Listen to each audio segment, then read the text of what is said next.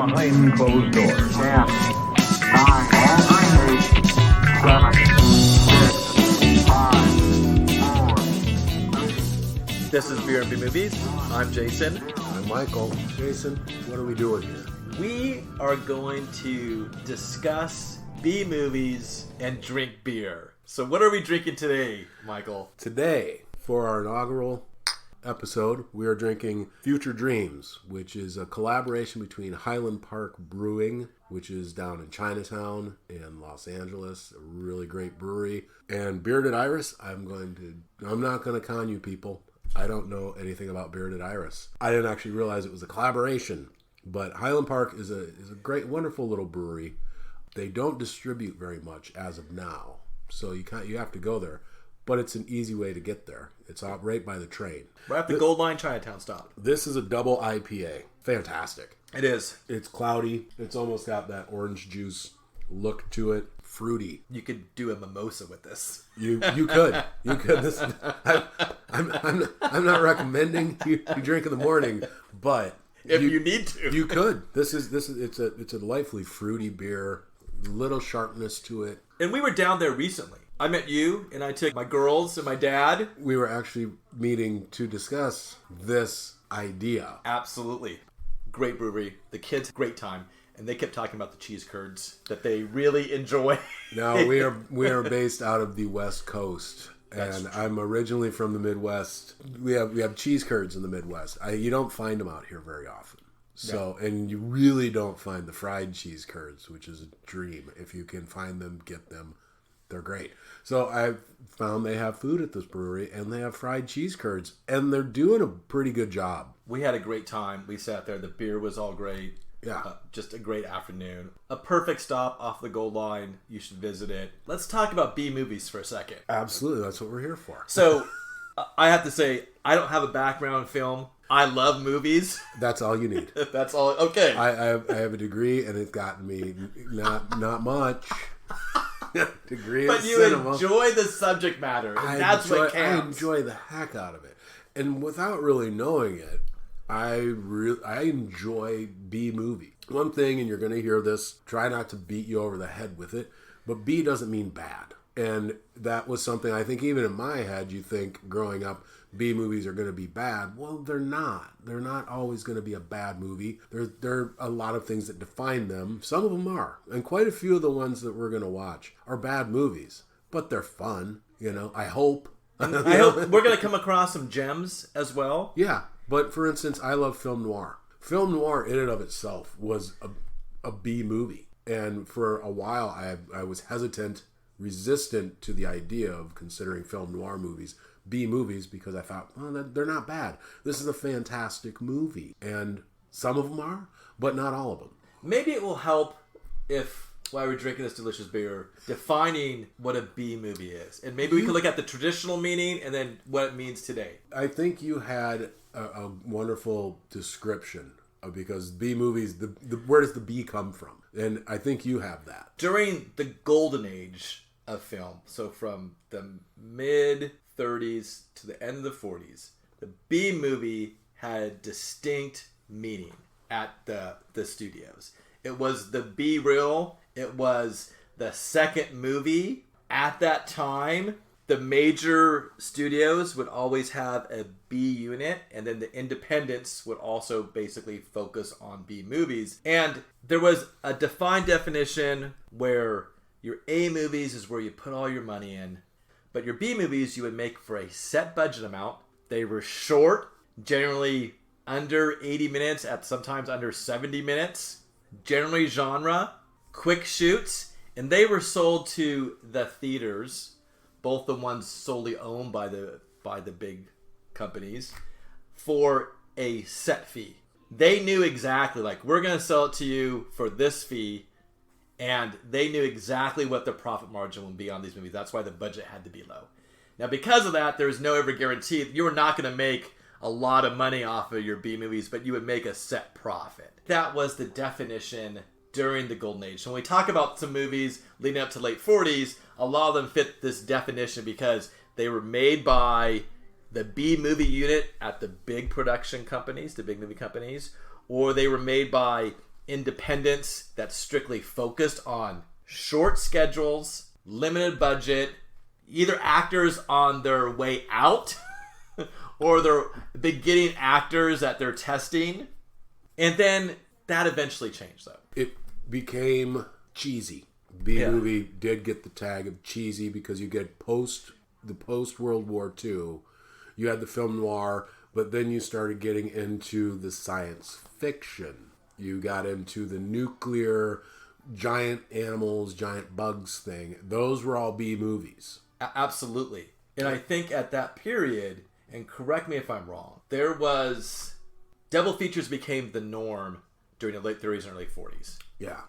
You don't get a lot of double... You don't get any double features anymore. You used to be able to go spend the whole day at the movies. And what happened is, and we could talk about this at some other points, I believe at the end of the 40s, there's a Supreme Court case. Yes. So B-movies have you could link them to a Supreme Court case, which basically said, if you own a movie company, you really can't own your theater chain. The large movie production companies divested from their movie chains. And that put really an end to that double feature bill. And so to fill that gap after World War II, you had smaller, these Poverty Row production movie companies show up that say, we'll just focus on the Bs. As a big production company say, hey, we don't move the movie chains anymore. We're just going to focus on the money makers where we can make an extraordinary amount of money. At that time, too, there was a big change post-war because we got the drive-ins. And what do drive-ins want at that time? You want cheap, you want inexpensive movies, something that's going to bring in the kids that are going to spend the money on your concessions. I mean, that's essentially what you want. You're not going to get that with a big melodrama, with some sitting room movie with Laurence Olivier. It's like what you're going to get. You're going to get it through like scary. You're going to get it from science fiction, nuclear holocaust. I mean, think of those old movies where it's like a couple making out. It's like that's what you want. You want something that's going to scare the kids, going to make them like yell and laugh and scream. And nothing too deep where you have to pay really close attention to the plot line. Yeah, exactly. But at the same time, when you are talking, a lot of it was fueled by the nuclear age. That's just deep in itself. Mine is when people look back in film theory, they will start talking about how there's so much more going on, and you go, no, the praying mantises just got huge. And they just started trashing stuff. You're looking a little too deep. I get it, and you want to write a paper about it. I understand. I've done it. But at the end of the day, the writers were probably just going, big bug sell. Exactly. Gamma rays will make the Hulk. And then later they go, well, what about the underlying meaning of being the Hulk? Originally, it was just, he gets big and he trashes everything. These insects, the ants, are getting them. It's like they're coming. But we have to. It goes from there into the 60s. It goes. B movies are still being made. We have decided though we are going to be focusing. Our cutoff is going to be the 80s. I believe is what we discussed. We will go, and we will not probably be covering a lot of the giant insect movies. Yeah. Those I think have been done enough, either through Mystery Science Theater, which I'm a huge fan of. Absolutely. If you're not familiar with it, you should go watch Mystery Science Theater because that's a fantastic show. We will probably I will avoid a lot of the movies they did. I agree. Just because they've already been done. And I don't think, people don't need to hear people talk about them anymore or the giant mantis. There may be one or two that we come across that we go, we really should. But those movies are more a little talked about, comical. We're doing the deep dive. Yes. we're doing a deep dive into B movies. So get ready because the Alien Dead is coming your way. Yes. No, I agree, Michael. I think we were going to try to stay away from what Mystery Science Theater 2000 has covered. And you're right. We're probably we're going to end at the 80s. Because after the drive-in age of the 50s and 60s, as TV became more paramount in everybody's household, all of a sudden, the drive-ins, which had jumped from under 100 in the early 40s to, I think, by the end of like its height in the early 60s to over roughly 4,000 nationwide. There's one where I grew up. Yeah. 2 screens. They had one here. And I grew up probably the last generation where like the drive-in, we were probably the last generation where the drive-in wasn't a novelty. It was like we would go see a movie.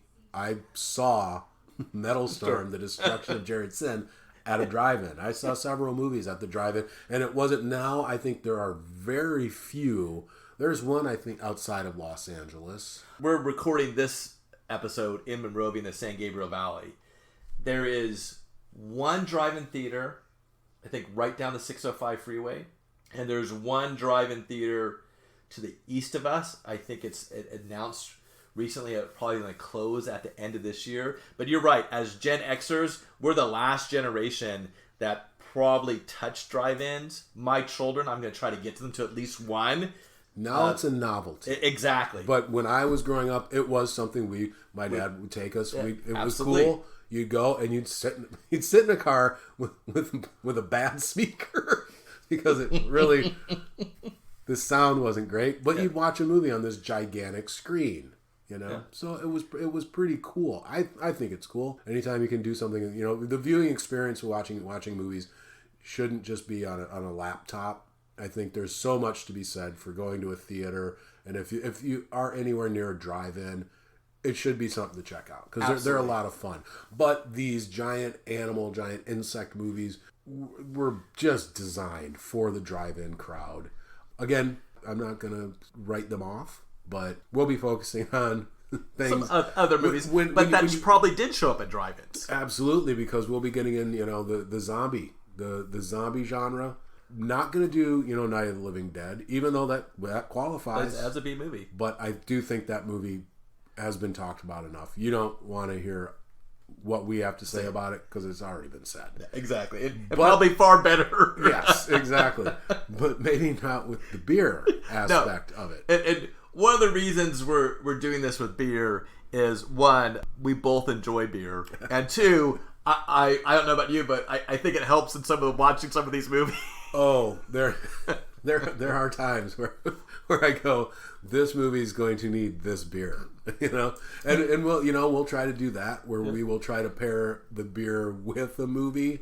I'm not gonna say we have to, but there are certain times where you go, there's a certain beer that goes with this movie.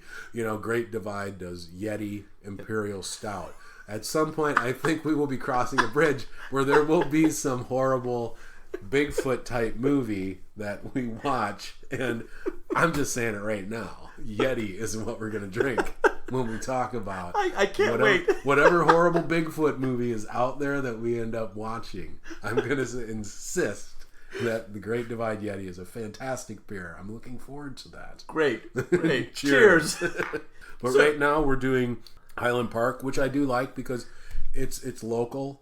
Yeah. I'm all about, and as far as beer goes, if you're drinking beer, I'm all for it. Check out your local breweries. If you have a brewery in your area, it's always great to support a local business. But also, they're making beer right there. You're cutting down your carbon footprint. You're doing something good for the world. There you go. I can't agree with you more. While you're drinking it, having conversations with friends, nothing like talking about some of your favorite movies and how meaningful they are to you. That's absolutely true. And sometimes you have to do a reveal. You have to say, hey, I really like Metal Storm. Yeah. Or I saw Laser Blast with my dad. Exactly. was your story. And you watch it and you go, okay, that wasn't as cool as I remember. But there's a place. There's a place in my memory. There's a place in my heart for a lot of the movies. I'm using this as an opportunity to try new things, watch new movies that I go, oh, I've never seen that or I've heard of that. This is a piece of me that I watched when I was a kid. I'm doing the same thing, Michael. It's funny. There's movies that are dear to me that I think we'll watch. But then I'm going to try looking for movies that meet these definitions, that maybe they're not discussed, you don't see them widely anymore, that people should take an opportunity to watch. Some of them were fantastic. Yes. I'm not going to name them, but like there's some movies I watched and I went, And there is one that I remember I challenged you because I said, I don't know if this is a B movie. It was too big. It was really well done, and we will come across that where maybe we don't agree. No. Where I go, this is, I don't know, and I put you to it because I watched that movie over and over, and I was like, and I finally went, I don't think this is a B movie. This is an A movie. And I said, why is it a B movie? Because I searched. Yeah. And it's really good. Yep. You know? Again, B doesn't mean bad. No. But you do have those like low budget, you have actors on the way in or the way out, which is very interesting because you see somebody and you go, holy shnikes, that person became huge. Yeah. Or you come across Buster Crabbe in Alien Dead. You go, not that Buster Crabbe was ever the biggest star, but he was something. Yeah, he was something. And the next thing you know, he's in Florida. Acting as a sheriff with giant possums. Oh boy, yeah. It's hopefully it's fun. We're having a blast watching them, drinking the beer. and watching them to hopefully provide some context for later discussions that you may want to have regarding these movies. And you're right, we're going to put bookends. So probably nothing before the 1940s, even though the golden age of B movies extends to mid-30s, and probably nothing after the 80s, because then we have the advent and really the VCR took over, and then the DVD, and then the opportunity right now to make really cheap movies is the barrier to entry is so dropped that right now you could go and do it. You could sign a deal with Amazon Prime and put some really bad turkeys up on. I've just watched one the other day. I mean, it wasn't terrible, but it was a crowdsourced horror film from England, and I mean, it was probably a B movie. Yeah. It wasn't terrible. It was okay, but yeah, we just, it gets way too muddied, and I think we found the 80s had some really good stuff. Yeah. You have Trauma, which I think we discussed. Probably won't be touching on that again. They've been talked about to death. There's stuff there. I avoid things where it seems like they're trying to be a B movie. Yes, the B movie genre started as a very exact type of movie, and it's slowly like I researched. It's hard to define who coined the term B movie. I think sometimes you hear like it's the B reel, it's the second like A and B, it's the second film.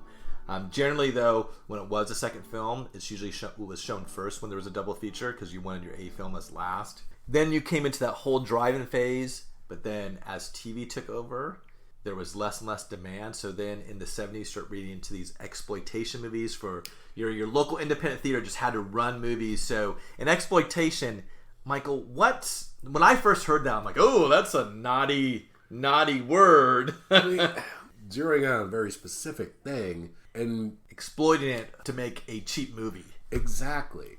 So nothing bad, nothing nefarious. I always was scared, like, oh, exploitation movie. That means naughty. Yeah, it's not at all. It's a very specific genre, and you get some fantastic. I mean, Shaft. Great movie. Absolutely great movie. You know, Enter the Dragon is a classic. I found that I for some reason, I just keep ending up in the 70s. I mean, a movie that we both adore, Phantasm, is a B movie. I will not do it. File that under been talked about enough, but that's a classic.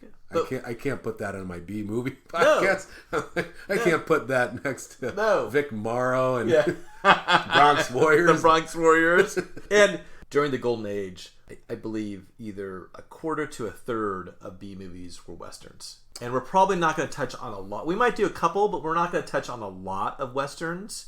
I think that we might look at stuff that are what you might consider a Western, but it's oddly different. I think we have on our list The Baron of Arizona by Sam Fuller. But generally, we're probably going to keep out a lot of Westerns. Considering our generation, we're Generation X, we would be more of the space Western. Yes. I think our Western types would be more of the sci-fi space Western. Yes. You know, I grew up, my dad loved Westerns. So saw a ton of Westerns. I love Westerns. Going back, I never really considered them as B movies. Most of my B movies would probably be, and then maybe that'll be something that I will get out of this, is I'll go back and look and try to find, what are some B Westerns, you know? And hey, there's Lee Van Cleef. Yeah, exactly. As a young Lee Van Cleef. Because that guy just seemed to be around everywhere. He pops up in the wildest places. Lee ninja. Van Cleef. I mean, and then he's just some heavy in a film noir. It's like all of a sudden he's this nasty little, Lee Van Cleef. There are some things we've talked about. RKO Pictures, one of the like kind of legendary B movie studios. But we also have like certain, for us personally, our definition of a B movie. If the actor Tim Thomerson shows up, and we specifically talked about Tim Thomerson, who I love. This is no slight. This is no dig on Tim Thomerson, because a lot of his movies I love. Absolutely. But it's sort of the Jeff Foxworthy worthy thing. If Tim Thomerson's in the movie, you might be watching a B movie. Exactly. Because he did a bunch of them. He did. And it's like, sometimes I'll watch the credits and I'll be like, did he just like, was he a grip? Yeah. Did he just something? Because Tim Thomerson has to just have his hand in every B movie. Again, I can't stress this enough. We're not making fun of Tim Thomerson. No. We are huge fans. Absolutely. I just grew up on the guy, and I didn't realize he was a stand-up comedian first in the 70s. Great. He had a wonderful career. He did. Jack Death. I mean, who doesn't like that hero? 100%. Cheers to Tim Thomerson. But there are certain little notes that we've come across. Yeah. We'll kind of slowly make some rules of Michael and Jason's B movie, rules that you might be watching a B movie it's a fluid term, It is. We've talked about film noir. Tons and tons of discussion about what is a film noir. Some people will argue film noir ended in like 1950, right? In that area, anything after that cannot be called a film noir. Other people say you can make a film noir now, but it's got to be a neo-noir. So the B movie, there's no hard and fast definition. Like we said, Phantasm's kind of a classic. Yes. People look at that as like a classic sci-fi horror movie. It is a B movie. Is there any specific, we mentioned actors that we hope to see in some of these, but is there any specific directors or writers that you hope that we'll cover, or that you want to consider as we're going through this? Because I'm sure we're going to cover a lot of Roger Corman.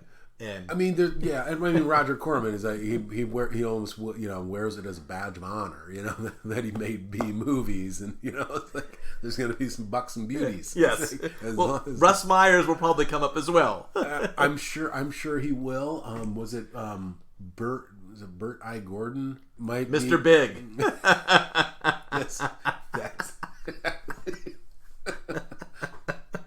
Yes, there will be that. We'll probably see when we do the 70s, 80s, a lot of Charlie Band movies. Regardless of what company he owns at the time or is running at the time, from Empire to Full Moon and everything like that. And hopefully we could learn some things too, because there's a lot of movies in the 40s and 50s that it's not something that you watch regularly now that might still have a lot of value and worth discussing some significance. That might be like, hey, this is a hidden gem. And since we're both big brothers, there are times that I'm gonna go, this movie is so bad, I'm gonna make Jason watch it several times and take notes. And I have a feeling you're doing that to me too. There are some times I've been watching something and I go, he's just messing with me. This is bad. This is so bad. But yes, there are times where there is almost like, who can pick a really boy. And so maybe we should talk about our method. So generally what we're going to do is Michael choose one, I choose one. We watch the movies multiple times. Multiple. I mean, I try to give each one at the minimum 3. I agree. That's what I do. And sometimes I try to pull my wife. My wife's like, honey, this is why you're watching them with Michael and discussing them. I had my lady, she walked in. I was watching one of the movies, and she walked in, looked at the screen. She said, "What the hell are you watching?" That was the opening credits. It was 1990, The Bronx Warriors. Great opening credit sequence. And she's watched some of them with me, but more often than not, I'm by myself. I'm by myself drinking beer and watching the movie. And sometimes I'm going, why am I doing that?